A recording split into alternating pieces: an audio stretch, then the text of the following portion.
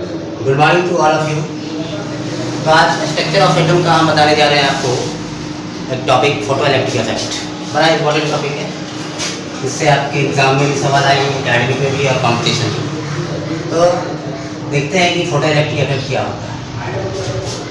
Photo electric कभी कभी नाम से ही पता चल जाता है कि फोटो इलेक्ट्रिक इफेक्ट। ध्यान देंगे आप, ये हमारा टॉपिक है। तो फोटो इलेक्ट्रिक इफेक्ट कहता क्या है कि अगर कोई मेटल सरफेस है, ध्यान देंगे ये मेटल का सरफेस है और इस पर सुटेबल फ्रीक्वेंसी ऑफ लाइट पर है, सुटेबल एनर्जी ऑफ लाइट पर है, तो मेटल सरफेस से इलेक्ट्रॉन निकल पड़ता है। That effect is called photo electric effect. तो सपोज यहाँ पे हमारा कोई सोर्स ऑफ लाइट यहाँ पे जा रहा है, इस पे गिर रहा है ना। जिस लाइट का एनर्जी मान के चले हम ई है और उसका फ्रीक्वेंसी है आपका न्यू, इस पे इंसिडेंट कर रहा है, और जो भी फ्रीक्वेंसी इंसिडेंट करता है किसी भी ऑब्जेक्ट पे, तो हम लोग उसको बोलते हैं इंसिडेंट फ्रीक्वेंसी। इसको क्या बोलते हैं? Incident frequency. इस फ्रीक्वेंसी का वैल्यू कुछ भी हो सकता है, इंसिडेंट फ्रीक्वेंसी इसको बोला जाता है इंसिडेंट फ्रीक्वेंसी। और according to Planck quantum theory हम लोग पढ़ के रखे हैं, ये इक्वल टू एच और न्यू। इसके मतलब एक फोटोन का जो एनर्जी है, एक पैकेट का एनर्जी जो है एच न्यू के बराबर होता है, और ये इस पे इंसिडेंट कर रहा है इस मेटल के सरफेस में। कंडीशन ये है कि मेटल का सरफेस होना चाहिए ऐसा जिसके कि आयनाइजेशन एनर्जी कम, जैसे कि कौन शो करता है? लिथियम है, सोडियम है, पोटासियम है, सीजियम है। ये बढ़िया सा इलेक्ट्रिक फोटो इलेक्ट्रिक इफेक्ट को शो करता है। क्यों? कि इस मेटल के सरफेस से इलेक्ट्रॉन आसानी से निकल पड़ते हैं, क्योंकि इसकी रिएक्टिविटी ज़्यादा होती है, आयनाइजेशन एनर्जी कम होता है। तो इंसिडेंट इसमें पड़ा और इससे क्या हुआ कि इलेक्ट्रॉन निकलने, इससे इलेक्ट्रॉन निकल पड़ा, और जब इलेक्ट्रॉन निकल पड़ा है तो इस इलेक्ट्रॉन में मोशन भी आ चुका है, मतलब इलेक्ट्रॉन काइनेटिक एनर्जी को भी एक्वायर किया है। पहले तो यहाँ पे कुछ वर्क किया, काम किया ये निकलने के वक्त, तो उसको हम लोग कहते हैं वर्क फंक्शन। ठीक है, उसको कहते हैं work function of electron during जब मेटल सरफेस से ये निकल रहा है, तो that is the work function. वो वर्क फंक्शन क्या है, वो काम कितना है, कितने के बराबर है कहता है, इसको डिनोट करते हैं फाई के। This is equal to H nu naught, इस सिंबल से इसको डिनोट करते हैं work function H nu naught. तो न्यू नॉट क्या है? ये है आपका थ्री सॉल्ड फ्रीक्वेंसी, इसको कहते हैं थ्री सॉल्ड फ्रीक्वेंसी। ध्यान देंगे, तो थ्री सॉल्ड फ्रीक्वेंसी का मतलब समझिए अभी आप कि थ्री सॉल्ड फ्रीक्वेंसी उसको बोला जाता है कि कम से कम लाइट में इतनी फ्रीक्वेंसी हो कि मेटल सरफेस से इलेक्ट्रॉन छोड़े। मतलब कि कह सकते हैं ये भी कम से कम इतना फ्रीक्वेंसी हो लाइट में कि मेटल सरफेस पे गिरे तो वो फोटो इलेक्ट्रिक इफेक्ट को शो कर पाए। उस आपका फ्रीक्वेंसी को बोलते हैं थ्री सॉल्ड फ्रीक्वेंसी। और ये जो आप देख रहे हैं इस फ्रीक्वेंसी को पहले बता चुके हैं इंसिडेंट फ्रीक्वेंसी। इसके मतलब है कि यहाँ से जो एनर्जी गया लाइट का, वो कितने के बराबर गया है? E equal to H nu के बराबर गया। लेकिन ये एनर्जी कन्वर्ट किस में हो गया, जरा ध्यान दें। वर्क फंक्शन पहले यहाँ पे निकलते वक्त जो काम हुआ that is called work function, वो इसके बराबर होता है एच इंटू न्यू नॉट। और साथ साथ कह सकते हैं आप इलेक्ट्रॉन में मोशन आ गया है तो उसका काइनेटिक एनर्जी भी इलेक्ट्रॉन में आ गई। आज जो इलेक्ट्रॉन निकलते हैं इस दौरान फोटो इलेक्ट्रिक इफेक्ट के दौरान, that electron is called photo electron. उसको ध्यान दें, ये एनर्जी किसमें कन्वर्ट हो गया? आप ध्यान देंगे कि ई बराबर वर्क फंक्शन में कन्वर्ट हो गया। वर्क फंक्शन और प्लस काइनेटिक एनर्जी में ये बदल गया। तो बताइए कि वर्क फंक्शन बराबर हम लिखते हैं इस तरह से, और काइनेटिक एनर्जी आपको पता है कि half into M into V square, इस तरह से लिखते हैं काइनेटिक एनर्जी। तो ई बराबर कितना आपका लेके चला था ये एच न्यू, और ये एच न्यू नॉट है और प्लस काइनेटिक एनर्जी, ध्यान देंगे।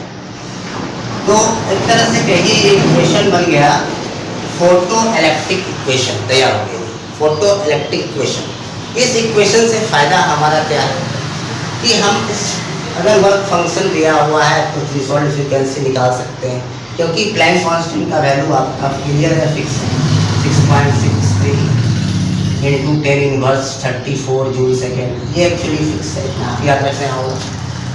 तो वर्क फंक्शन निकाल सकते हैं, थ्रेशोल्ड फ्रीक्वेंसी निकाल सकते हैं अगर वर्क फंक्शन दिया हुआ है। Kinetic energy of photo electron निकाल सकते हैं, क्योंकि आपको इलेक्ट्रॉन की मास पता ही होनी चाहिए कि 9.1 इंटू 10⁻³ किलोग्राम ये होता है मास ऑफ द इलेक्ट्रॉन। तो ये है काइनेटिक एनर्जी निकाल सकते हैं, ठीक है। इससे है कि काइनेटिक एनर्जी अगर दिया हुआ है, काइनेटिक एनर्जी निकालने के बाद आप वेलोसिटी निकाल सकते हैं। क्या निकाल सकते हैं? Velocity of photo electron.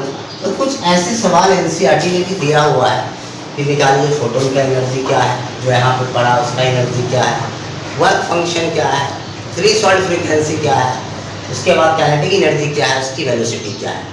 इस इक्वेशन से बहुत कुछ हमको पता चल जाएगा, निकाल लेंगे। तो अब ध्यान देंगे कि फ्रीक्वेंसी और काइनेटिक एनर्जी के बीच में हम photo electron of kinetic energy और फ्रीक्वेंसी का बीच का ग्राफ खींचेंगे। तो ध्यान देंगे कहाँ से ग्राफ आएगा, यहाँ से नहीं आएगा। कम से कम तो इतना फ्रीक्वेंसी होना चाहिए कि फोटो इलेक्ट्रिक इफेक्ट हो सके।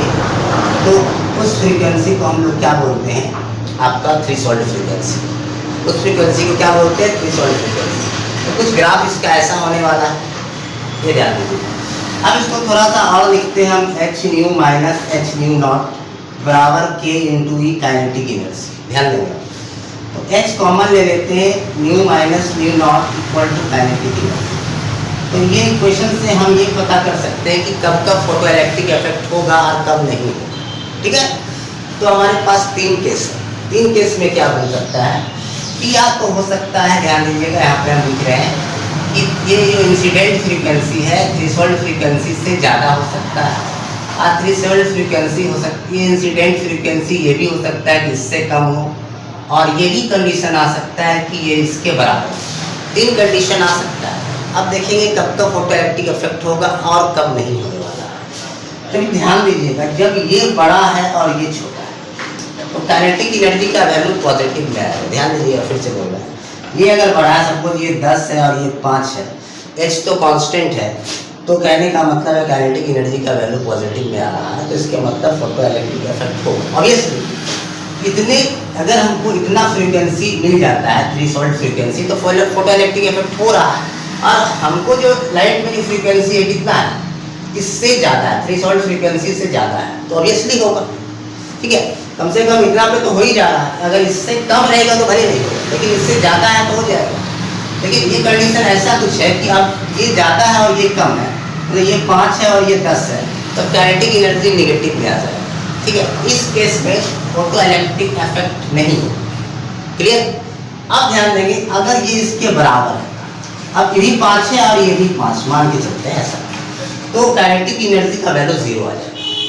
यहाँ पे काइनेटिक एनर्जी का वैल्यू 0 आ जाएगा, मतलब इसके मतलब फोटो इलेक्ट्रिक इफेक्ट तो होगा, इलेक्ट्रॉन किसी तरह से मेटल सरफेस से छोड़ देगा इलेक्ट्रॉन, लेकिन उसमें इतनी ताकत नहीं होगी कि वो मोशन कर सके। लेकिन हाँ, फोटो इलेक्ट्रिक इफेक्ट क्या कहता है, कोई भी अगर सुटेबल फ्रीक्वेंसी ऑफ लाइट आपके मेटल सरफेस पे गिर रहा हो, अगर उससे इलेक्ट्रॉन इजेक्ट हो रहा है, that phenomenon is called photo electric effect. यही है।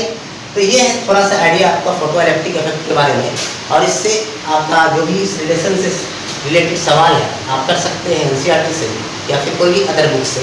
तो अगर हम थोड़ा सा डिफिनेशन इसमें जाए, सारा समझा चुके हैं आपको, तो हम क्या लिखेंगे कि the minimum frequency of light, यहाँ पे हम लिखेंगे what is photo electric effect. The minimum frequency of light, the minimum frequency या फिर minimum energy of light, minimum frequency of light falls on metal surface, falls on metal surface, और ये बता चुके हैं कैसा मेटल सरफेस होना चाहिए जिसका कि अनएक्सियल एनर्जी कम हो।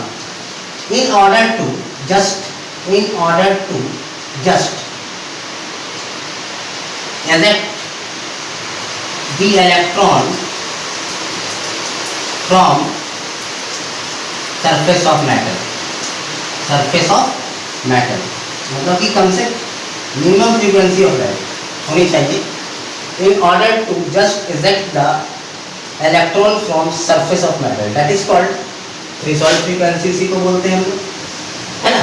हाँ, इतना दीजिएगा तो इलेक्ट्रॉन निकल पड़ेगा और फोटो इलेक्ट्रिक इफेक्ट आपका शो करेगा, ठीक है। तो इससे आप संबंधित सवाल बना सकते हैं, हो सकता है नेक्स्ट लेक्चर में आपको मैं इसके सवाल ही बताऊं। तब तक के